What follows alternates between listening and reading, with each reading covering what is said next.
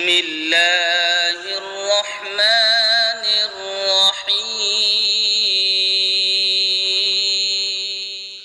হযৰত Abu Bakr Siddique ৰাদিয়াল্লাহু তাআলা আনহুৰ পৰা বৰ্ণিত হুজুৰ সাল্লাল্লাহু আলাইহি ওয়াসাল্লামে ইৰশাদ কৰিছে, যিজন ব্যক্তিয়ে এই কলিমাটো গ্ৰহণ কৰিব অৰ্থাৎ লা ইলাহা ইল্লাল্লাহ এই কলিমাটো গ্ৰহণ কৰিব, হুজুৰ সাল্লাল্লাহু আলাইহি ওয়াসাল্লামে কৈছে যিটো কলিমা মোৰ খুৰা আবু তালিবৰ ওচৰত মই মৃত্যুৰ সময়ত পেশ কৰিছিলোঁ, কিন্তু আবু তালিবে ইনকাৰ কৰিছে, প্ৰত্যাখ্যান কৰিছে, তেওঁ নপঢ়িলে।